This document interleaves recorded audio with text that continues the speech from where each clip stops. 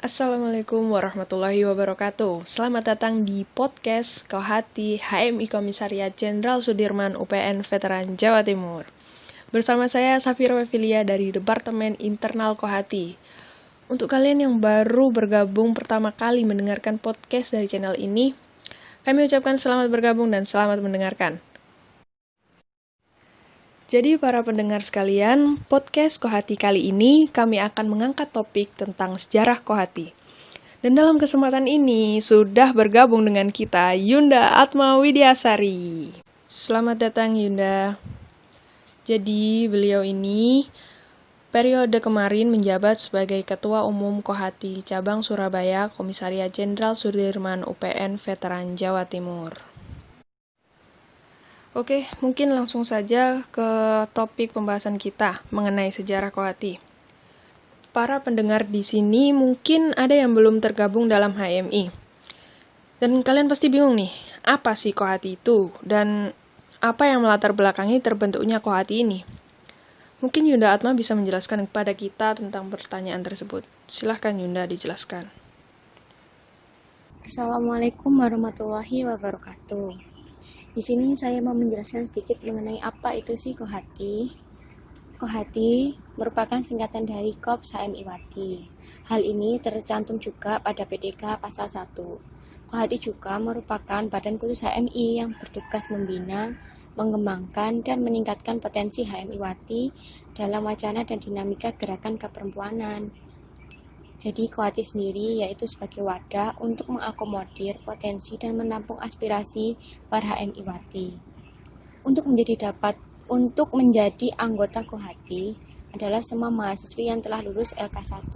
Hal ini juga terdapat pada PDK Pasal 8. Kohati sendiri bersifat semi-otonom, artinya secara internal ia menjadi bidang PP dan secara eksternal ia menjadi Kohati. Dengan sifat ini, maka Kohati sebagai subsistem dalam perjuangan HMI. Latar belakangnya muncul sifat ini karena dasarnya anggota HMI mengakui adanya kesamaan, kemampuan, dan kesempatan antar anggota, baik laki-laki maupun perempuan. Namun, suprastruktur masyarakat kita nampaknya masih menempatkan organisasi sebagai alat yang efektif untuk menyauti berbagai persoalan dalam upaya pencapaian tujuannya. Adapun tujuan Kohati adalah terbinanya muslimah yang berkualitas insan cipta dan insan akademis, pencipta, pengabdi yang berlafazkan Islam dan bertanggung jawab terwujudnya masyarakat adil, makmur yang diridhoi Allah SWT. Dengan rumusan tujuan ini, Kohati memposisikan dirinya sebagai bagian yang ingin mencapai tujuan HMI, tetapi berspesialisasi pada pembinaan anggota HMI Wati untuk menjadi muslimah yang berkualitas insan cipta. Sesuai dengan ide dasar pembentukannya, maka proses pembinaan di Kohati ditujukan untuk peningkatan kualitas dan peranannya dalam wacana keperempuanan. Ini dimaksudkan bahwa aktivitas HMI Wati tidak saja di Kohati dan HMI, namun juga dalam masyarakat luas, terutama dalam merespon, mengantisipasi berbagai wacana keperempuanan. Dengan demikian, maka jelas bahwa tugas Kohati adalah melakukan akselerasi pada pencapaian tujuan HMI. Untuk dapat menjalankan peranannya dengan baik, maka Kohati harus membekali dirinya dengan meningkatkan kualitas sehingga anggota Kohati memiliki watak dan kepribadian yang tangguh, kemampuan intelektual, kemampuan profesional, serta kemandirian dalam merespon, mengantisipasi berbagai wacana keperempuanan yang berkembang dalam masyarakat. Oh, jadi gitu ya Yunda. Kohati ini adalah singkatan dari Korps HMI Wati dan merupakan badan khusus HMI yang bertugas membina, mengembangkan, dan meningkatkan potensi HMI Wati dalam wacana dan dinamika gerakan keperempuanan. Dan juga dia berperan sebagai subsistem dan akselerator dalam perjuangan pencapaian tujuan HMI. Lalu bicara mengenai badan khusus, pasti ada asal muasal dan sejarahnya dong.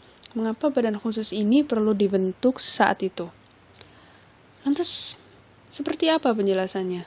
Mungkin Yunda bisa menjelaskan. Silakan Yunda. Di sini saya mau menceritakan secara singkatnya dari berdirinya Kohati. Kohati sendiri didirikan pada tanggal 2 Jumadil Akhir 1386 Hijriah, bertepatan dengan tanggal 17 September 1966 Masehi pada Kongres ke-8 di Solo. Ada dua alasan utama yang mendorong lahirnya Kohati. Satu, secara internal, Departemen Keputrian pada waktu itu sudah tidak mampu lagi menampung aspirasi para kader HMI Wati. Di samping itu, anggota tentang berbagai persoalan keperempuanan kurang bisa difasilitasi oleh HMI.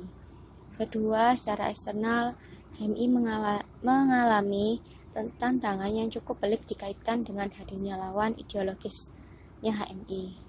Salah satunya yaitu ada komunisme yang masuk melalui pintu gerakan perempuan, yaitu Gerwani. Selain itu, maraknya pergerakan keperempuanan yang ditandai dengan munculnya organisasi perempuan dengan berbagai variasi bentuk ideologi, pilihan isu maupun strategi gerakannya membuat HMI harus merapatkan barisannya dengan cara berlipat aktif dalam kancah gerakan perempuan berbasis organisasi perempuan. Maesaroh Hilal dan Siti Zainah merupakan dua orang perempuan yang namanya masuk ke dalam pendiri HMI. Dan dua orang inilah yang memprakarsai berdirinya Kohati, dibantu dengan beberapa perempuan lain seperti Siti Baroroh, Ducima, Janingsi, Ida Ismail Nasution, dan Aniswati Rohlan. Sebelum dibentuknya Kohati, di dalam struktur pengurus HMI ada Departemen Keputrian yang dikhususkan untuk menampung aspirasi dalam hal keperempuanan. Namun wadah tersebut mempersempit ruang perempuan untuk lebih berkreativitas, apalagi saat masa peralihan dari Orde Baru menuju Orde Lama, di mana ada peningkatan kesadaran kaum perempuan untuk turut aktif dalam segala aspek kehidupan yang lebih besar. Sehingga pada tanggal 17 September 1966 dilaksanakan musyawarah nasional pertama Kohati. Terpilihlah Anissa Rohlan sebagai Ketua Umum Pengurus Besar Kohati yang pertama. Beriringan pula dengan pembentukan Kohati, pada tubuh HMI diangkat bersenjata juga, didirikan Korprop di angkatan bersenjata yang lainnya. Misal, ada Korps Angkatan Laut Kowal, Korps Angkatan Darat Kowat, Korps Angkatan Udara KOWAU, dan Polisi Wanita Polwan. Selain untuk memilih Ketua Umum Musyawarah Nasional pertama, juga menghasilkan peraturan dasar Kohati, program kerja, dan susunan pengurus. Berpedoman dengan hasil musyawarah tersebut, kegiatan awal yang dilakukan adalah konsolidasi dengan seluruh cabang agar membentuk kepengurusan Kohati di tingkat cabang. Perjuangan awal Kohati dalam memperkuat peranannya dalam ruang perempuan tidak lepas dari hambatan-hambatan. Terutama dalam tubuh HMI timbul penilaian negatif terhadap Kohati, di mana HMI menganggap Kohati ingin melepas diri dari HMI. Sebaliknya, Kohati merasa seolah-olah dilepaskan dari HMI. Namun persoalan ini bisa diatasi dengan menghadirkan peningkatan kualitas Kohati, sehingga bisa menjalankan Kohati sesuai tujuan besar di HMI. Untuk peran dan fungsi Kohati sendiri, yaitu Kohati berperan sebagai pencetak dan pembina muslimah sejati untuk menegakkan dan mengembangkan nilai-nilai keislaman dan keindonesiaan. Sedangkan fungsinya sendiri sebagai wadah peningkatan dan pengembangan potensi kader HMI dalam wacana dan dinamika keperempuanan. Dari uraian di atas, tafsir dari peran dan fungsi Kohati adalah sebagai akselerator perkaderan bagi HMI Wati, terutama diarahkan pada pembinaan akhlak, intelektual, keterampilan, kepemimpinan, keorganisasian, kekeluargaan yang sejahtera, serta beberapa kualitas lain yang menjadi kebutuhan anggota. Sebagai wadah, tentunya Kohati hanya merupakan alat pencapaian tujuan HMI. Oleh karenanya, keberhasilan Kohati sangat ditentukan oleh anggotanya dengan didukung perangkat dan mekanisme organisasi HMI. Oke, jadi untuk mengatasi faktor internal dan eksternalnya ini, HMI membentuk badan khusus yang bernama Kohati, yang dibentuk pada Kongres ke-8 HMI tanggal 17 September 1966. dan diperkasai oleh Maisarah Hilal dan Siti Zainah, serta dibantu beberapa tokoh perempuan lainnya.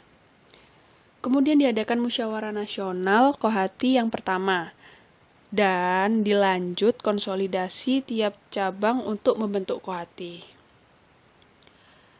Dan ternyata dalam perjalanannya ada pula hambatan yang dipicu dari anggapan keliru HMI kepada Kohati dan sebaliknya.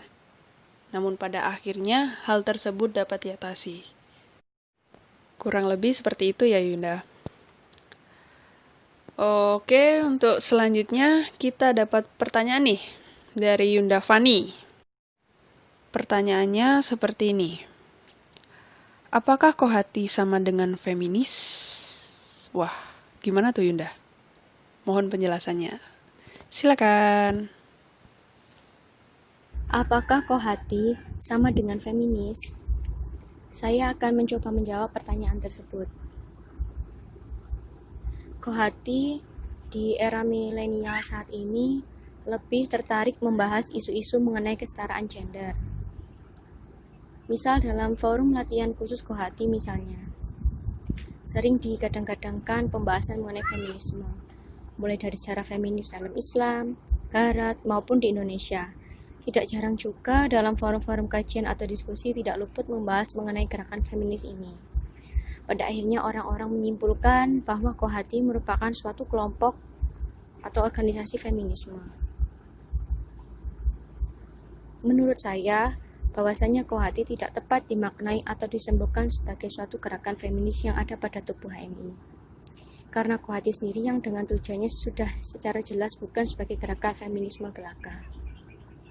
Seperti yang tercantum dalam PDK Pasal 3, yakni terbinanya muslim berkualitas insan cipta yang selaras dengan akselerasi pencapaian tujuan HMI itu sendiri, yakni terbinanya insan akademis, pencipta pengabdian berlafazkan Islam dan bertanggung jawab atas terwujudnya masyarakat adil makmur yang diridhoi Allah SWT.